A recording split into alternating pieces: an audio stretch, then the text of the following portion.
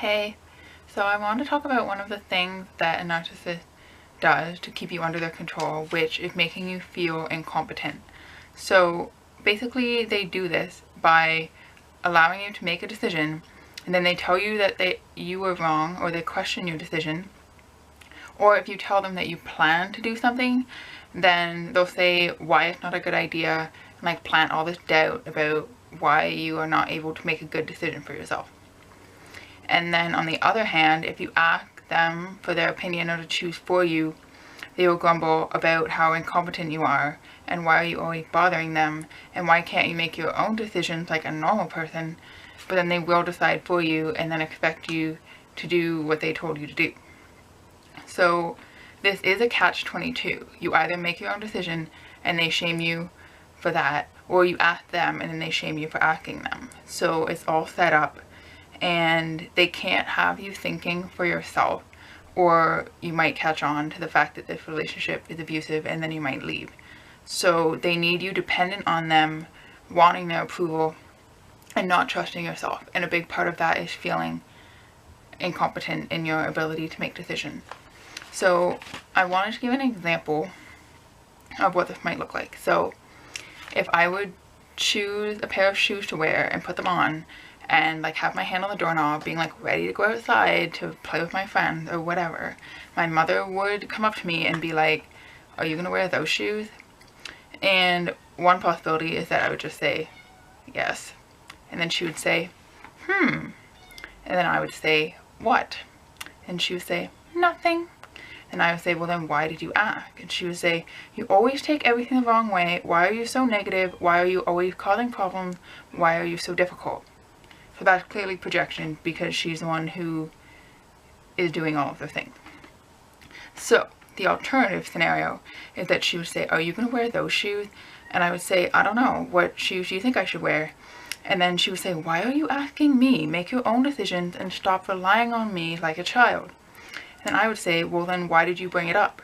And then she would say, I didn't say anything, which is her gaslighting the whole situation.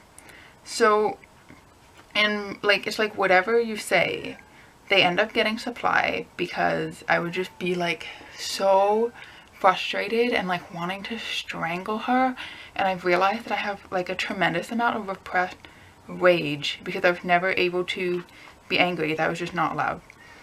And I spent my whole childhood walking on eggshells and being constantly on the defensive because they just question and undermine everything that you do.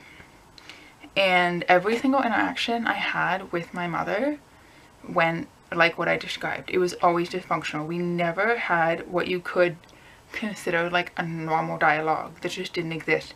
It was just constant mind games and projection and gaslighting and me being on the defensive, and I always just felt like I was being interrogated and I could never say the right thing. And obviously it was exhausting, and I tried to avoid her, and I used to wish that I was invisible, because like I would just see her look at me, or like see her coming towards me and just think like, you know, here we go again. Like it's always a catch-22. There's no way to not end up upset and frustrated. So then I was just thinking, like, what would a normal parent do in this situation? Their kid puts on their shoes and they're ready to go outside. Maybe the parent would just say, you know, have fun outside.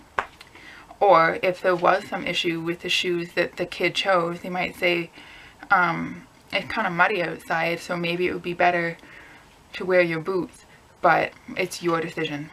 Like, just give the child information. Depending on how old they are, maybe you do have to say, I suggest you put on your boots, but explain why, give them information, empower them to then make their own choice in the future, so that you don't have to constantly be telling them what to do. Because I don't think a normal parent wants to be super controlling of everything. Like that just seems like too much work. Like wouldn't you want your child to be empowered to make good decisions? So give the child information, but then also give them some free will if they're old enough to be able to choose. And if they go out and their shoes get muddy, then, you know, like that just is what it is. Like some things are just not a big deal. And obviously narcs make everything a big deal. And with the case for the shoes I was wearing, like looking back, I'm like, there's nothing wrong with any of the decisions that I made. Like obviously I'm not perfect, but a narc just like finds the problem with something that isn't a problem at all. And obviously she gave me no information about like why I made a bad decision, because it wasn't a bad decision. That's why she can't give me information to empower me to make a different decision, because there was nothing wrong with the decision that I made. So wanted to end off with some tips if you're still like in contact with an narc, like maybe as someone at work or whatever. Like if you have contact with an narc, some tips are just tell them like as little information as possible. Just make decisions on your own and don't tell them about it. And it's hard, but you have to stop trying to seek their approval for your decision. I mean, maybe it's not hard if it's a coworker, but like if it's a family thing and you've been trained to like want their approval, you just have to say like, I'm just gonna make this decision, and just don't tell them about it. And the other thing I thought of was that I started to do this just like naturally when I was getting older, like to just not tell them stuff, and then this other thing of just telling them afterwards. So instead of saying I plan to do this thing, which will give them an opportunity to say why your plan is bad and plant all these seeds of doubt of like why that's not a good idea, just say that you already did it. And then if they start to say, well, oh, that wasn't a good idea, blah blah blah, you can say, well, it's already done, no use talking about it now, and just shut down any kind of discussion about it. Be like, well, I already did it, can't change the past, you know, just stop talking about it.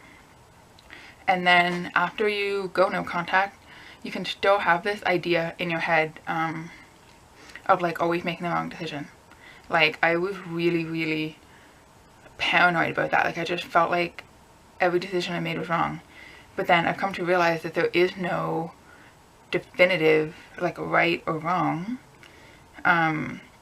because it's just choices in terms of like, what food am I gonna order in a restaurant, or like, am I gonna go to the park, or am I gonna go to the library? Like these things are just choices and experiences.